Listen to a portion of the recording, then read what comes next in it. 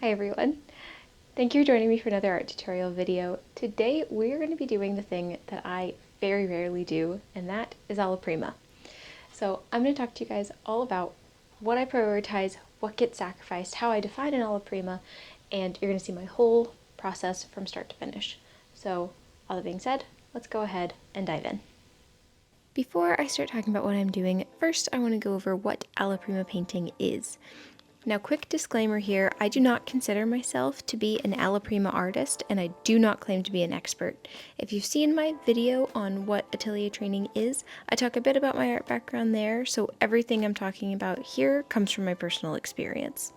Now, from everything I've looked up, Alla Prima is Italian for at first attempt. When it comes to painting, I believe most people define it as painting wet into wet.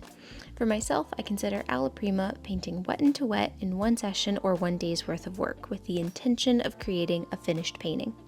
Now, I'm not saying that's how everyone should think about it, it's just how I classify things for myself. Theoretically, I think paintings done over multiple sessions or days could still be considered Alla Prima if the painting is still wet, but that just personally gets confusing for me, so I think about it as taking place over a condensed period of time. With all of that being said, the number one most important thing to me for a good Alla Prima painting is the same as any piece of artwork, and that is good drawing. So I'm starting this painting by drawing with raw umber and a little bit of medium, which in this case is just linseed oil and Gamsol mixed together. When I draw with paint, I don't think about it differently than when I draw with graphite. The difference is that I just have to be a lot more careful because instead of easy to control graphite, I have a liquid medium that is rather hard to control. So slowing down and being a bit more careful and intentional is really important. Early on, I'm just trying to establish my proportions of that knotted portion of fabric compared to the rest of the fabric, and I'm just trying to keep things simple. I don't want to run away with detail at this stage.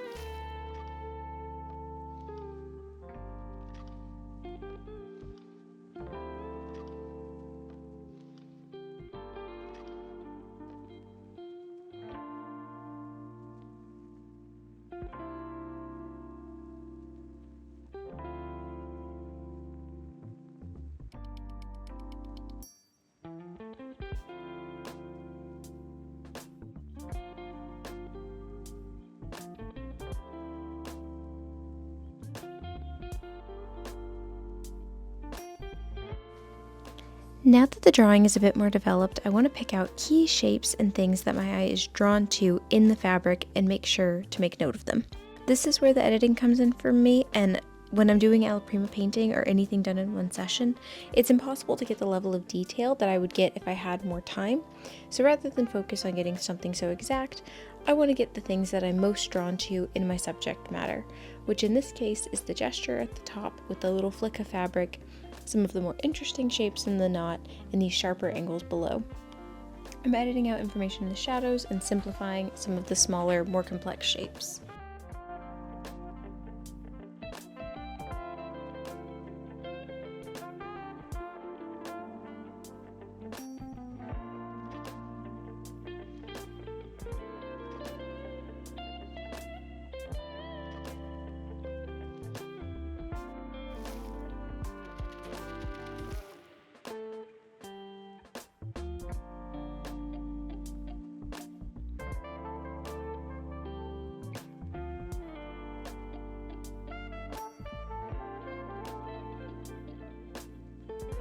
The next step for me with this painting is to scrub in an almost ebauche-like layer to paint into. I'm doing this to cover the white of the canvas and to give myself a bit more context. I'm squinting at my subject matter a lot to edit out the detail that my eyes are drawn to, and after drawing, I'm considering value as the next most important thing. So the hierarchy of importance is first drawing, second value, third color. When I'm starting to get stuck in a project or I feel like I'm starting to lose control, I will first address any drawing issues I'm having, and if I don't see anything major, or the drawing problems are easily remedied, then I will address the value problems next, and only last will I fix the color.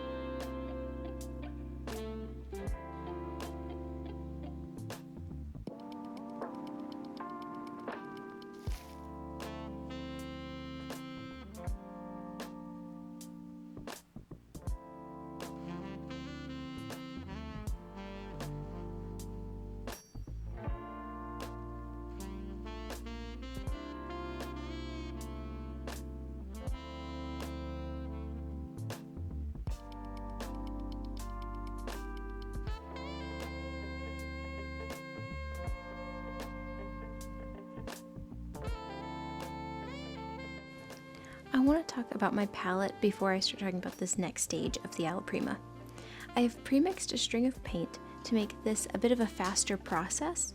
If I were to have to stop and mix every brush stroke, it would take a lot longer, and Alla Prima is all about efficiency. So I have 3 values mixed up for the fabric and 3 for the background. Anytime I pre-mix, I do always still brush mix most notes, but with these I'm just much closer to where I need to be than if I were having to mix from scratch every time.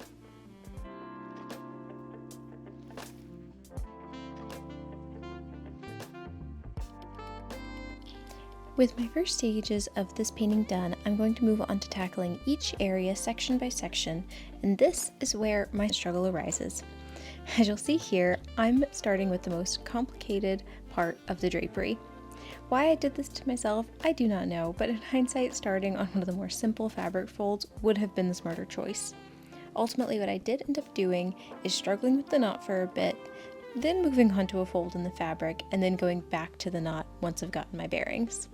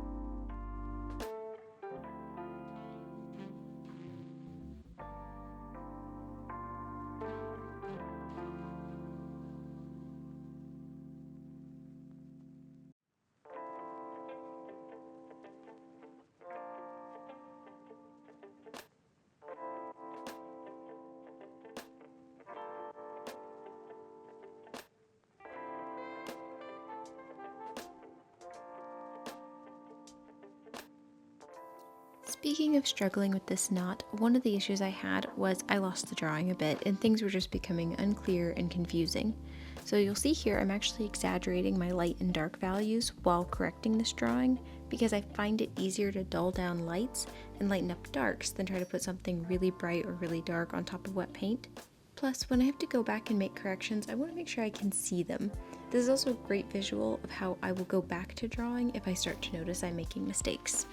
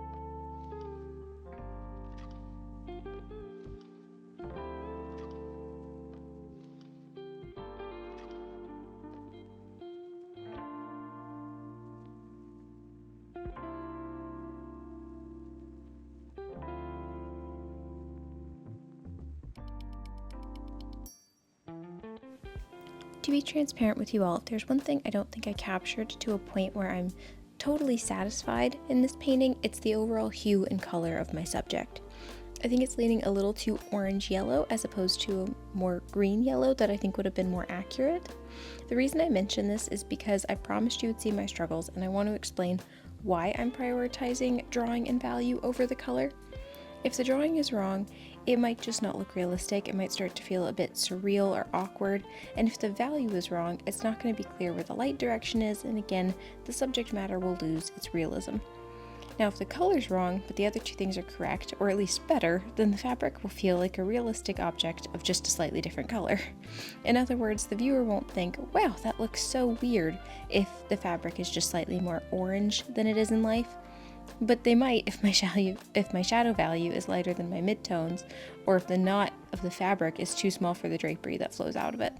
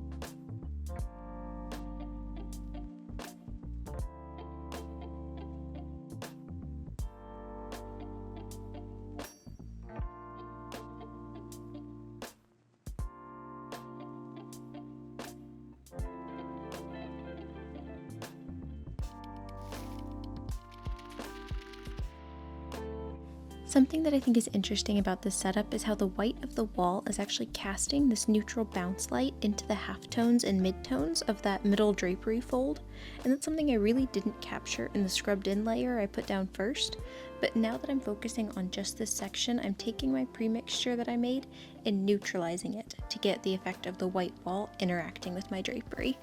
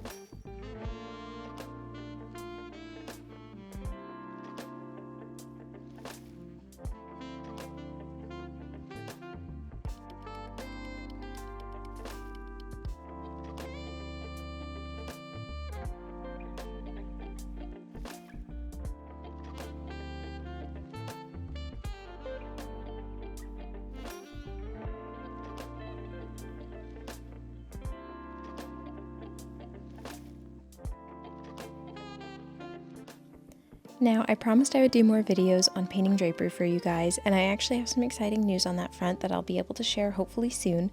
But in the meantime, let me talk about this particular fabric painting. This is a cotton linen blend tea towel, so it's fairly stiff fabric, so in terms of setup I have to do a bit more manipulation and experimenting to get it to be more appealing.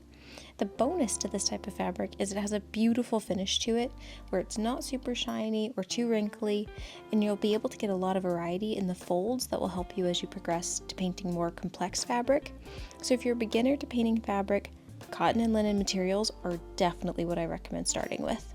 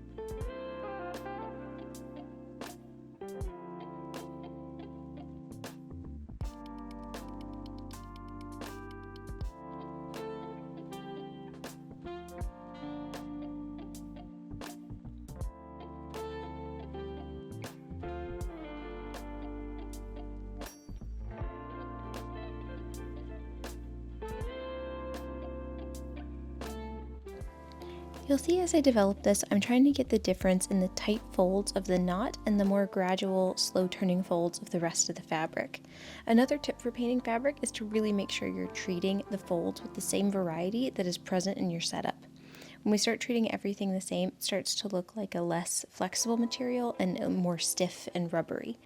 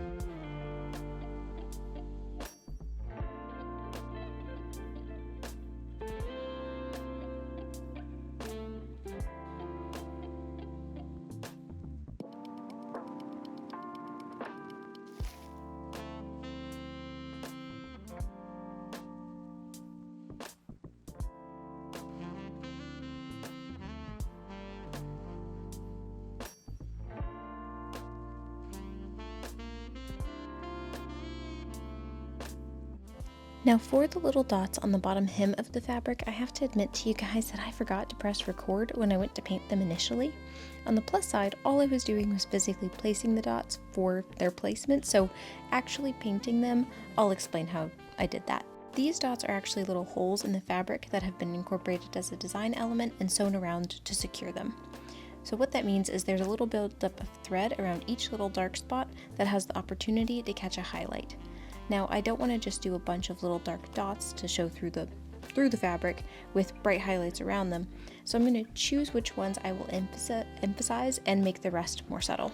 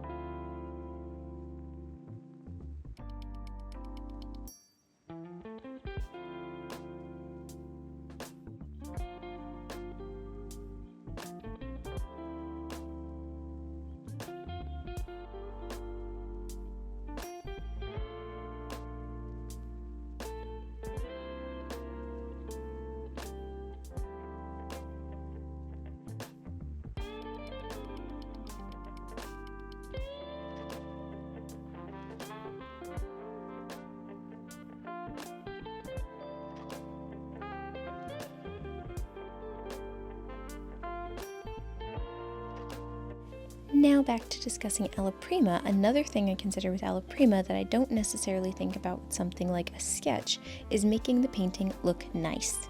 Now I know that might sound silly to say, but when I'm doing a color study or a sketch that is for an academic or learning purpose, I'm specifically trying to study one thing. So with the color study, it doesn't matter if the drawing got lost, because if the color is correct, then I got what I need to out of the project. With an Alla Prima though, I want the whole thing to look like a finished painting and have an overall pleasant end result. So to that end, I have sacrificed a lot of the more awkward folds and wrinkles in this fabric. I've simplified the knot of the fabric, and I've actually exaggerated some of the lightest moments on the drapery just to be a bit brighter so they have more visual impact. I've also really simplified the shadows to be just one value and not have a lot of detail.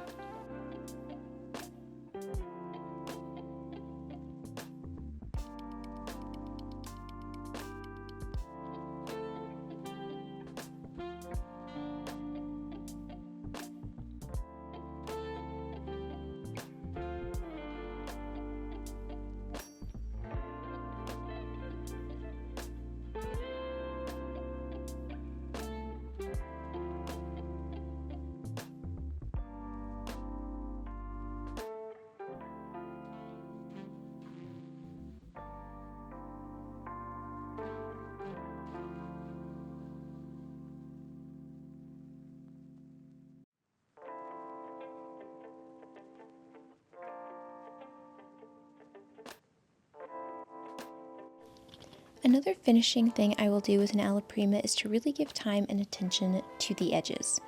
That is what really makes this stand out as a finished piece to me.